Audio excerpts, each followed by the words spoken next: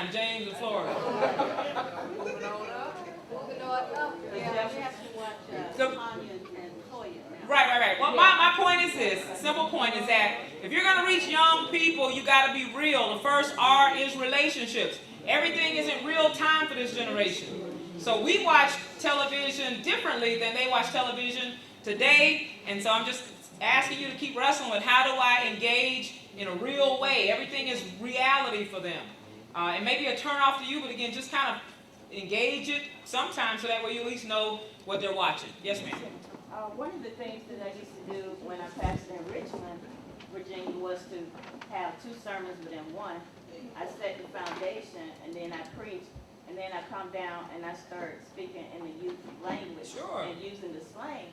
So then when Wednesday Bible study rolls around, the older people are the only ones that are retired people come to Bible study at 12 noon. They say, we like how you can relate to the youth, but we don't know what you're saying to them when you're preaching. I say, I'm not talking to you. And so that's kind of how I dealt with that, kind of being bilingual. Sure, very much so. And I think that's a great example of how the pastor really has to be flexible and has to be bilingual, have to be able to speak different languages to different audiences. Very good. The E,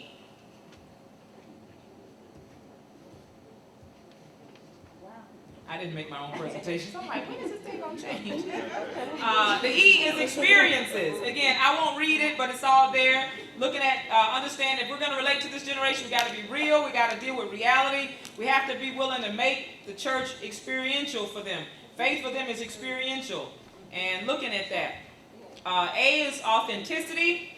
This generation wants to see the church people walk the walk and talk the talk. This generation continuously considers the church hypocritical. Very much so. They say one thing and do something different. Preachers say one thing and do something different. And so the church has a real PR issue with young people under the age of 40. We got to begin to kind of come to grips with that. And the interesting thing is I think we used to just think this was a phenomenon among white youth. But I think if we're honest with ourselves, we find the same thing with black youth and black young adults. Michael Basin was talking about it yesterday. Yeah. So we have, Pimps in the Pulpit. Anybody ever been to that website? You should go to make sure you ain't on there. No, I mean, for real. No, I'm just saying, I mean, because anybody ever heard of the website Pimps in the Pulpit? It's a website, and the website is people-driven. People almost like they go to that site to report things that they believe that pastors have done that's inappropriate. And so it's almost like a warning place. You ought to go and Google and make sure nobody said anything negative about you. I mean, I've checked my... I didn't come make sure nobody said anything negative about you? You never know. And you're a pastor and people?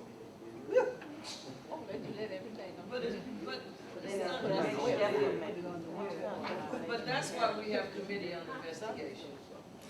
Okay, y'all, let me keep going. Love is the next point. Love. Again, young people need love. The love is the same. So you don't have to go and change everything about yourself to relate. If you come at it in a real perspective, you come at it in an experiential way, you come at it in an authentic way, and you come at it with just, for God so loved the world that he gave his only begotten son. You talk about a lot of people that are broken. They've grown up in a very broken generation. And so love is absolutely the essential thing that's needed to help heal some wounds and close some gaps. Yes, ma'am. I find that you don't even have to speak hip-hop and slang and all of that. If people know that you're genuinely, if kids know you're genuinely interested in their experiences, and you listen to them and don't tell them how to fix it. They don't want us to fix it. They want us to hear it, and then they want to then, if they're in a safe place, ask questions. Right. They don't want to be preached to or preached at. Speak up, Jackie. Huh? Oh, I'm just saying, you don't have to talk the language. I was in Brazil for 6 weeks, and I was just fine. I go everywhere I wanted to go, but people just want to know that you're listening, that you're engaging, that you're interested, and you're not going to preach at them. We have preached at folks since time immemorial. And so I just find it's very easy to connect if you just let them talk. Sure, very much so. Somebody in that back section there, what symbol is that little blue bird? Not the front section, the back section. Twitter. Who said that? Good job. All right, just checking. Everybody else was like, huh? That's the new Twitter symbol. Again, this presentation was loaned to me from Jasmine Smothers, and Jasmine is she leads the conference young adult ministry area, right? President of the Youth and Young Adult for the North Georgia Conference. And so I just went to the expert on this, and she gave some good feedback. So I'm just going to highlight these in the last 5 minutes, and then we're going to close out. These are just some insights and Jasmine draws her resource from just number one, being a young adult, and then number two, interfacing with young adults all the time. And so this is some of the feedback that she gave me about young adults. And she reads all the time. And she also happens to be Reverend Jackie's daughter. Jasmine, I remember Jasmine grew up in Central, and she was an acolyte. And so Jasmine, it's great to see her as a young adult in ministry, and so it's cool to be able to interface with her. I learn from her, she learns from me. So it's a good relationship. This is what she helped me want to communicate today about young adults. Young adults are not an anomaly, take the mystery out, are in many ways in different life stages, and what works for one group will not work for another. They require flexibility. Young adults don't have a great deal of free time, but they'll make time for what is important to them. They no longer require the church for social interaction. Need to see a reason for spending their time in a certain way, are socially active and aware, openly discuss issues, thoughts untouchable by previous generations. Can rarely be clumped into neat categories. Do not want to be treated as pawns, tokens, or youth. Want to be empowered, serve, grow, and lead. What do young adults want from the church? They want the church to offer ways to connect. And these are things that you guys have already said. And so this is kind of almost like saying, like, hey, we are on the right track as we close out. Young adults want offer ways for me to connect with people like me. They want the church to offer real ways for us to connect and grow with God. Answer the questions of their heart. Educate congregations on the real circumstances and needs of young adults so that they're not so awkward. Young adults want to gather and encourage adults on the importance of discipleship in their 20s and 30s. Again, I won't read all of them, but just to kind of highlight a few. Create a place for us to serve in missions. And these were actually quotes when Jasmine asked people the question. These were things that young adults actually said. They want to nurture a true sense of community. These are some ideas. Some of this ain't your grandma's Sunday school. Not no more. I thought this was very helpful. When I was looking at this presentation, these are some of the things that Jasmine helps us to understand, some models of young adult Christian education. So when you're wrestling with what kind of Bible study can you create for the young adults in your church, Sunday school versus young adults want the things on the other side. So look at more small groups. All right. A teacher, moving from the teacher model, looking at a facilitator model. How many know young adults all got opinions?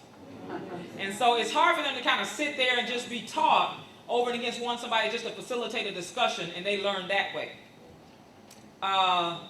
Instead of a theme group, maybe looking at groups on life stages, looking at the stage of life that they're in. Sharman, all right, I'll give it to you. Yeah, looking at it from a life stage group perspective. Young adults, instead of doing everything at the church, they want to do more things away from the church.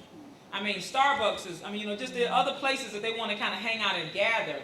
And so they're wanting more discipleship away from the church. Instead of long-term discipleship, they want more short-term discipleship opportunities. Instead of large gatherings, they seem to be attracted more to small gatherings.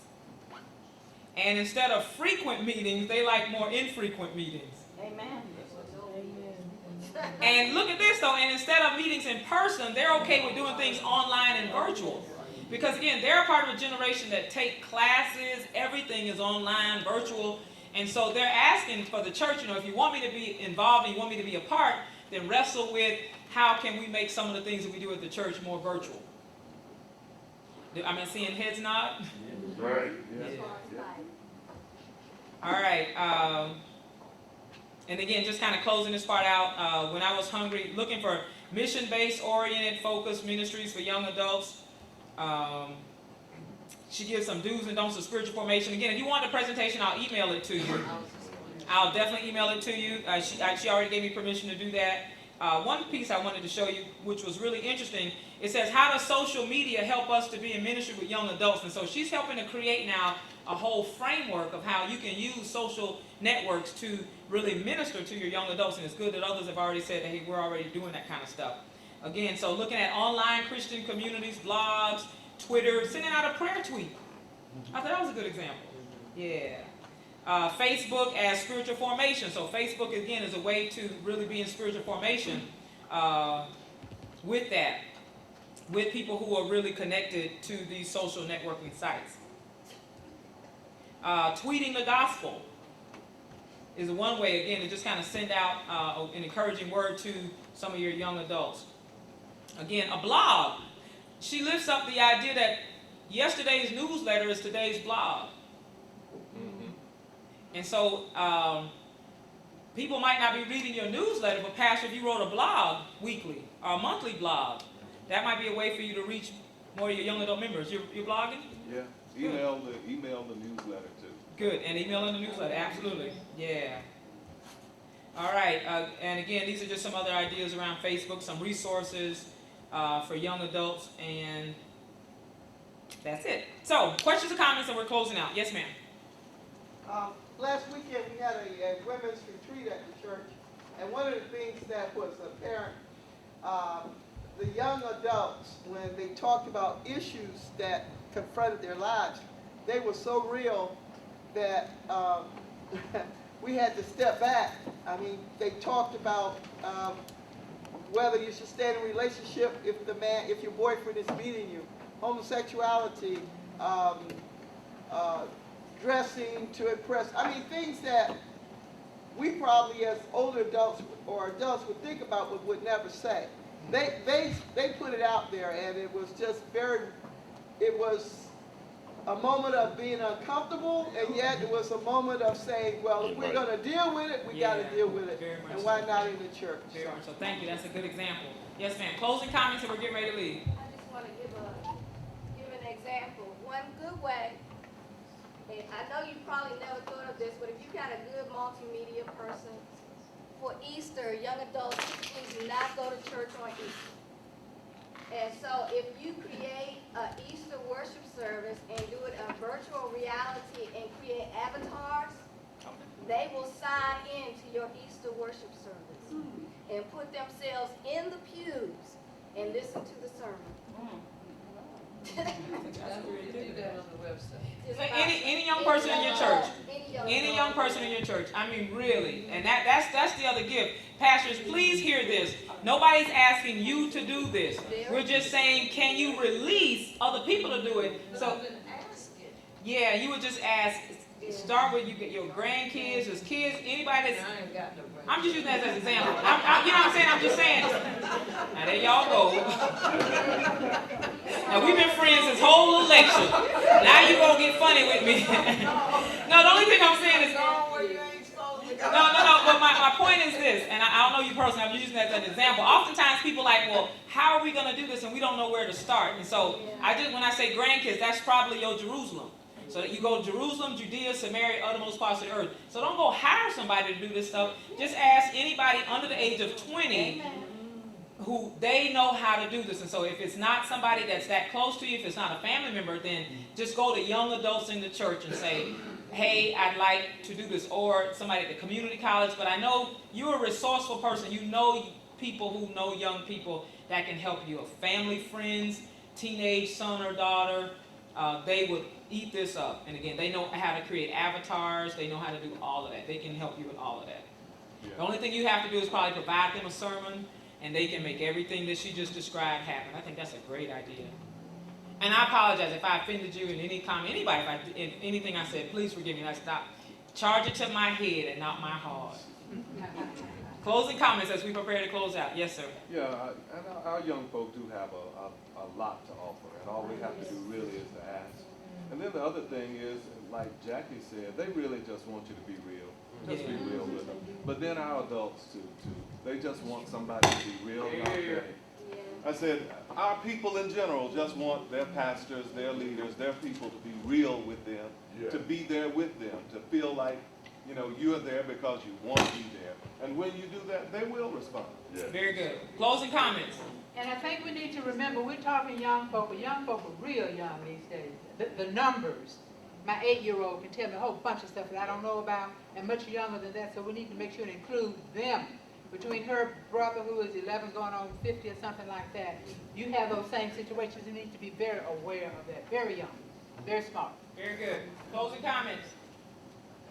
All right, it has been a joy for me. Thank you so much for allowing me to be your lecturer. Again, this has been a great opportunity for me as well as a great challenge, but I pray you got something out of what was said that you can take back to your church and use it to help advance the kingdom of God.